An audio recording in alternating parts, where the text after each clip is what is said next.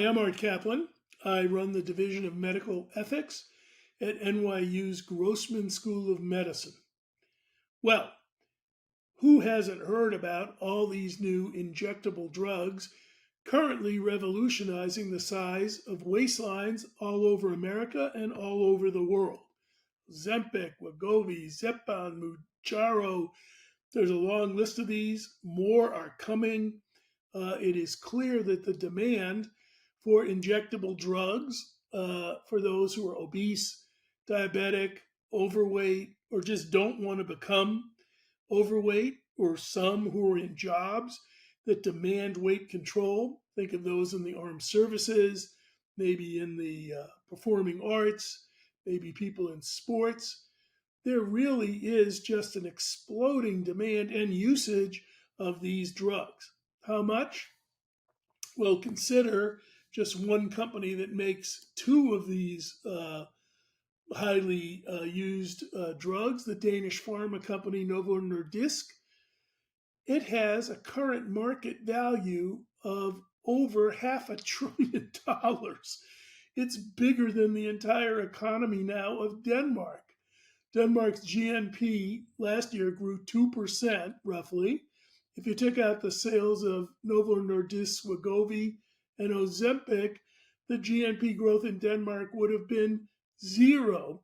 So you're seeing huge amounts of money being spent on these drugs. That's just one illustration. Many other companies are building factories like crazy. I know investments are in the tens of billions of dollars to make more and more factories available. You know, as former Senator Everett Dirksen of Illinois said many, many years ago, a billion here, a billion there, and pretty soon you're talking about real money. But you have to recalibrate that often invoked quote for today, because if you prescribe these injectable weight drugs for the billion people worldwide who are deemed dangerously obese, and the hundreds and hundreds of millions just in the US who are deemed dangerously obese, morbidly obese, you're going to be spending trillions of dollars on these drugs. So there is a big ethics issue or set of issues that need to be thought about here. One is they work and people have lost weight. And I think it's clear that diabetics, people with heart disease, have been helped by these drugs.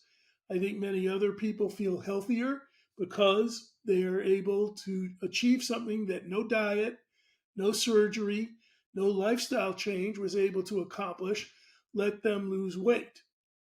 At the same time, there are ethical issues that are not getting full attention. One is cost, as I've already said.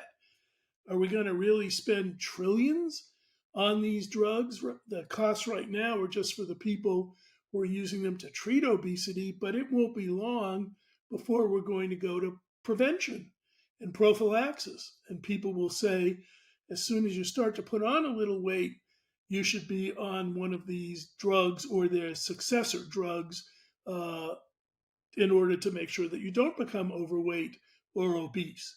So that's a lot of money to spend. Hidden behind that choice about do we spend the money to control our weight is a subtle issue. The way we eat now really extracts a terrible toll on the planet. The injectable drugs so far look safe, although, long run we may not be as sure because nobody's really been on them 10, 20, 30 years, but let's presume they are. If we don't change our agricultural and animal raising practices, the planet is still being made sick by how we eat. So, if many of us continue to pursue diets that involve a lot of animal protein, a lot of sugary beverages, a lot of fatty foods, if we don't modify our diet, even though the injectables can, if you will, help us maintain weight, despite what might be deemed by many doctors as poor diets, creating other health risks, we're going to destroy the planet. Most of our arable land is devoted to raising animals for food. The amount of water we spend or use to grow crops to feed the animals that we then eat is gigantic. If you looked at runoff from farms where animals are, like pigs and chickens and cattle and goats and so on, it is an enormous source of pollution for the planet. So are the animals themselves through methane gases. We're killing the planet, if not us anymore.